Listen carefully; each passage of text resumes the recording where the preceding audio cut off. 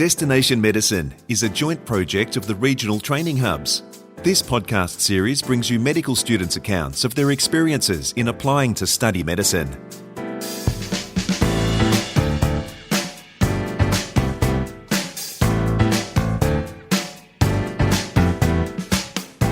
Welcome to Destination Medicine. I'm Nicole Goodman. When Laura Beaumont announced that she was pursuing a career as a doctor, she had unqualified support from those around her, from her parents, her friends, her teachers, and the community. In fact, she would be the first from her school to be accepted into medicine. However, had Laura taken the advice from one person, whose very job it was to give support, and whose advice was for her to perhaps aim for a more achievable career goal, Laura may never have even applied to study as a doctor. Fortunately, Laura ignored that advice and followed her passion anyway. Just as well, she's now thriving as a third-year medical student at the University of Western Sydney. You'll hear shortly Laura's experience with the application and submission processes and her own advice for those thinking of applying. First, she tells Chris Ashmore that medicine's something she's always been drawn to.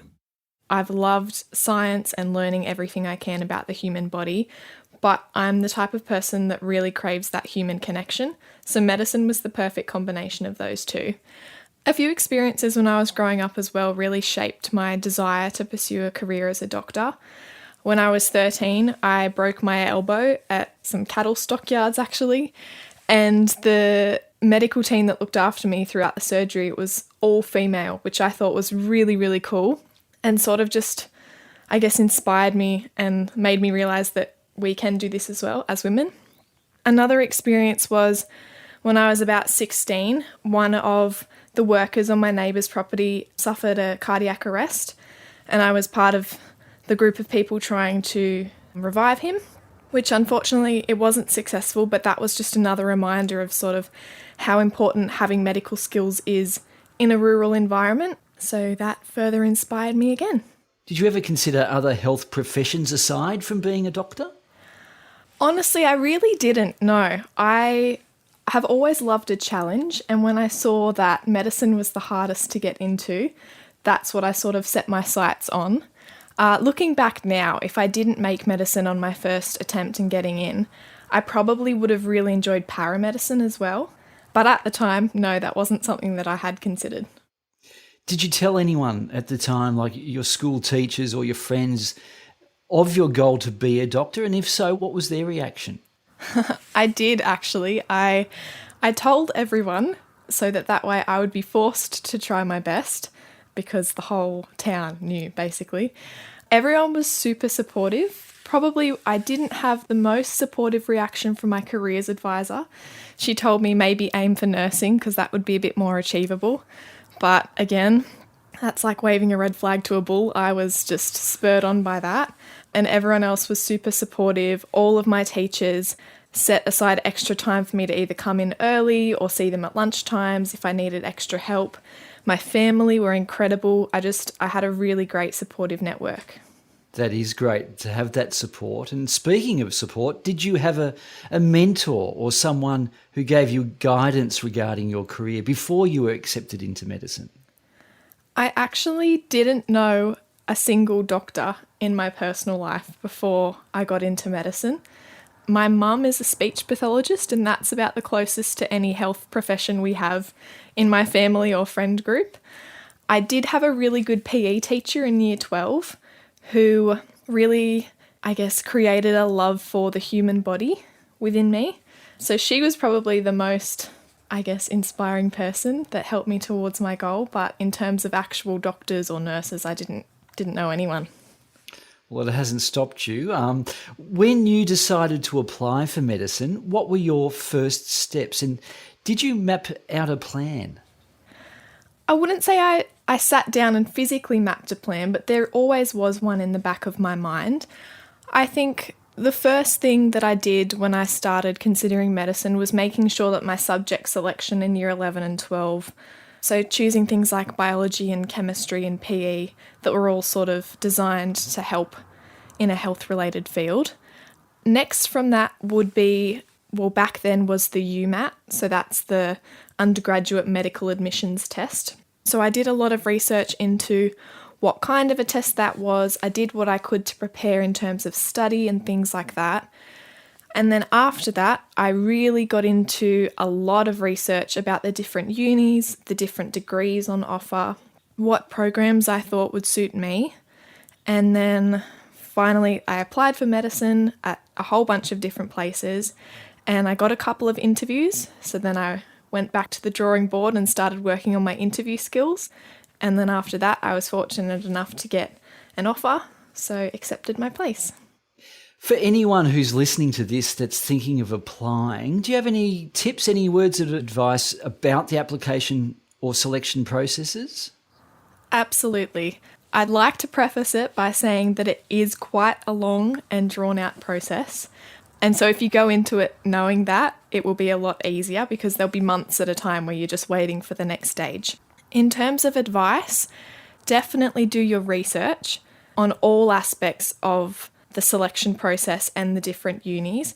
And where you can, if you're able to do a preparation course for, say, the UCAT or the interviews or anything like that, any extra preparation you can do on top, it's an investment in your future, really. So it's definitely worthwhile pursuing. And did you enter medicine through any specific entry pathway, for example, rural or Indigenous? I applied to a few different unis, some through a rural pathway and some through a regular pathway. I did end up getting an offer through the rural pathway at Western Sydney, which is where I am currently. And that was a fantastic experience. So definitely, if you're eligible for those pathways, I'd recommend that you go along them. Now, your older brother had a career in building and construction. What made him change his mind about that career to want to study medicine? He did. It's quite the career change. So my brother Reese, he's a few years older than me. He left high school not really sure on what he wanted to do. He was always a very hands-on type of guy. Ended up with as he said, a apprenticeship in carpentry and joinery, which he's finished, and he's a fully qualified carpenter now.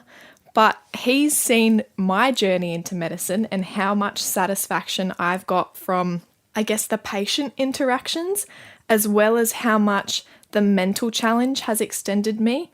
And he's assessed the situation and taken a step back and just thought, that's what I want to do. I don't want to be, just building houses the rest of my life. I'd like to head down that health pathway as well.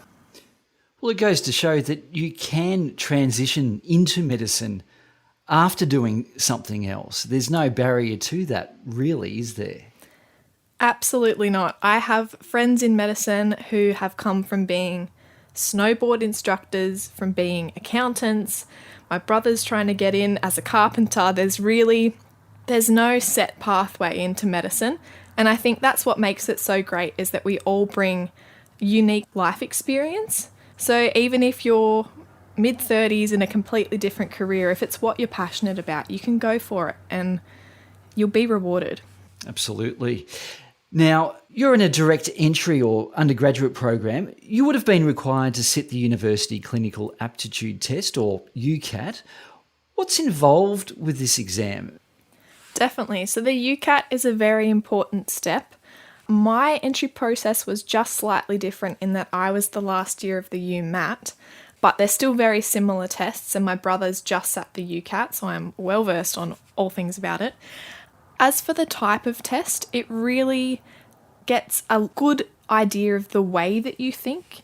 It will ask questions on things like human interactions. It will ask you to solve different puzzles and problem solve. There's a few logical reasoning questions, a very broad range of things that they like to test under a time-pressured environment as well. So it's very important to remain calm and cool under pressure. I sat my UMAT at the University of Newcastle at the Great Hall. It's a big affair, I would say. There's a lot of people that turn out for it, so be prepared for that and don't be intimidated by it. And it takes about 3 hours, the whole process, I'd say. Did you have to sit interviews as part of the application process? I did. So I sat interviews with 2 different universities. Both of them used the same format, which is the mini modified interviews. So there's 8 stations and you rotate through them. So you get 10 minutes at each station and they all ask something slightly different.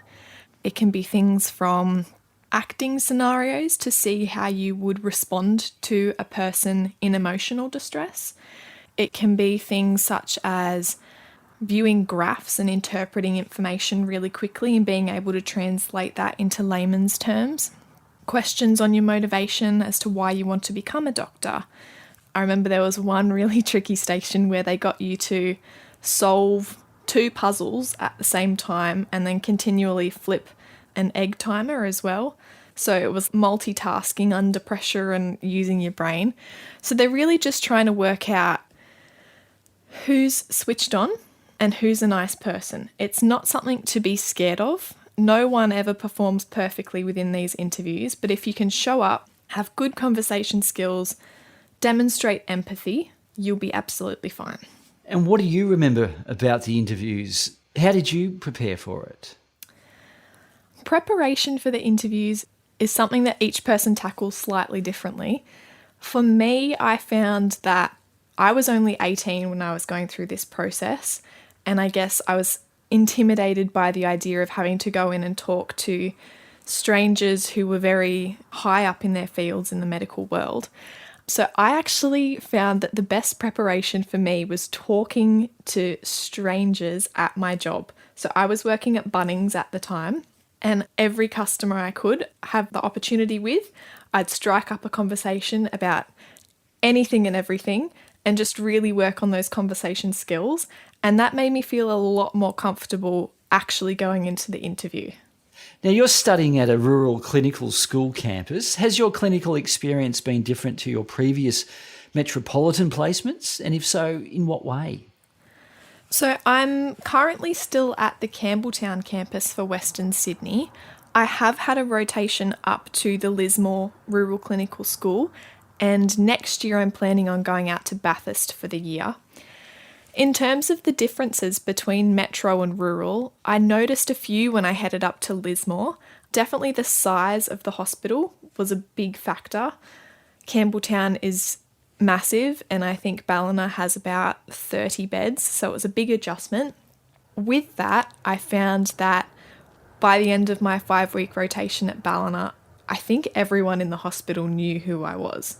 It was an amazing community, I guess, feeling that Ballina Hospital had, which I hadn't experienced in Campbelltown, and it was a really nice, supportive learning environment. So I've heard from other students that Bathurst is quite similar, so I'm very much looking forward to going out there next year. Oh, terrific. What's one piece of advice you wish you were given before starting your medical journey? I think to enjoy the journey that you're on. As I've become aware throughout my years in medicine, everyone is at a different point in life. Everyone's on a slightly different path. And I remember thinking that there was one way into medicine. I had to go from high school straight in. If I didn't, that would be a failure. And that's so not the case. I think everyone just has to really appreciate each step of their path to becoming a doctor. There are a lot of different study techniques. How did you find the right one for you? Now that's definitely a process of trial and error. I remember at the start of first year, I tried to handwrite all of my lecture notes, which is extremely difficult when you're having about over 10 lectures a week and just so time consuming. So I think you get really good at picking out important information, synthesizing it, summarizing it, and then using that to study with. Well, final question, Laura. What is it about medicine that you could perhaps never prepare for? I think the thing in medicine that you can never prepare for is the thing that pulls most of us towards medicine in the first place, and that's the human aspect of it. I think it's all well and good to go into it with the idea of, I'm going to help people when they're down in their lowest of lows, but until you're confronted with a family that's in mourning because they've just lost a parent, or someone with a seriously sick or injured child.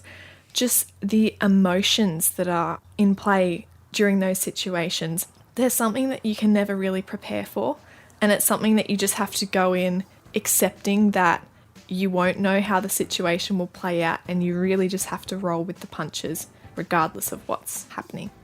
That's Laura Beaumont, third-year medical student at the University of Western Sydney. We trust you've enjoyed this episode of Destination Medicine, a joint project of the regional training hubs. The hubs are supported by funding from the Australian Government under the Rural Health Multidisciplinary Training Program.